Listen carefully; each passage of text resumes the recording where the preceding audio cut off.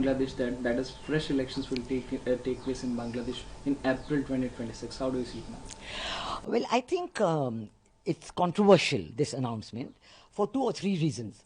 First of all, some of the political parties have opposed it. Even BNP themselves have said that we want it earlier, we want it by December.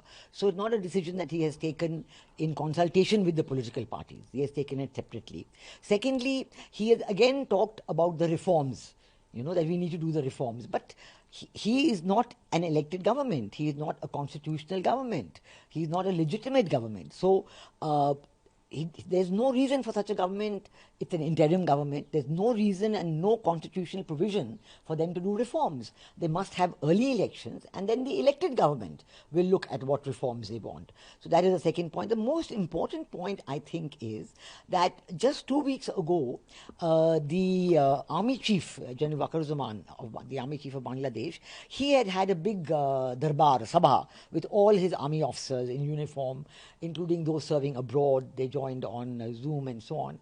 And in that, he had made 3 or 4 conclusions that came out of the discussions with the army officers. And the most important one was the demand that there must be elections by December of this year. So that is another very important point. The army has not said anything so far about the decision by Professor Yunus. But this is something very important to see what the army will think. And finally, how will the elections be conducted? There has to be a caretaker government. Muhammad Yunus cannot head a caretaker government because in his government there are political party representatives. There are representatives of Islami Andolan Bangladesh. There are people in his party who then have left and formed a political party of their own. They were advisors to him, and they're still very close to him. There are people who are his special assistant, they are in the Hizb ut-Tahrir, and they are now advisors in the government.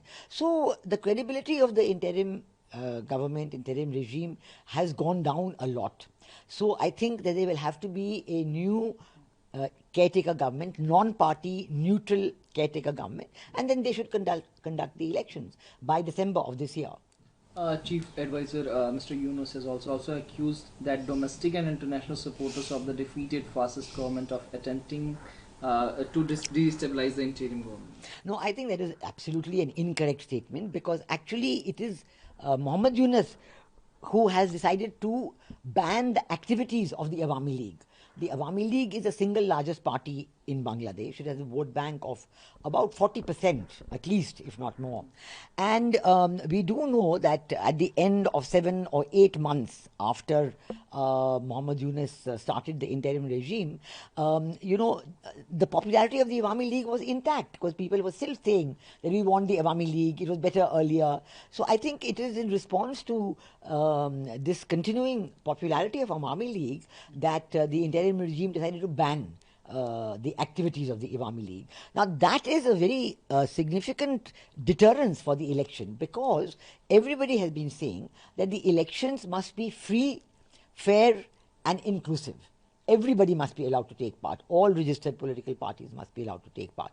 So I think the effort to ban the Awami League has been wrong, has not been well received by the people of Bangladesh. And now, because it's not been well received by the people of Bangladesh, so Professor Yunus is talking about a state of war.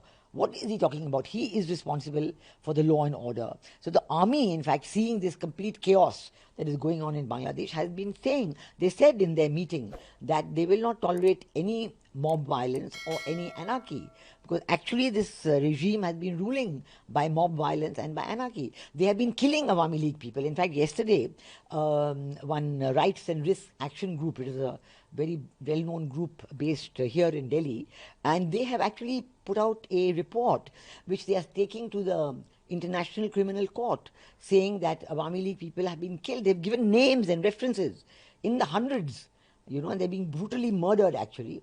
And so there is a lot of disturbance because of this. And this is being done by the Jamaat-e-Islami and with the knowledge of Muhammad Yunus. So I don't know what he's talking about, the state of war. This is something that he is creating himself in Bangladesh.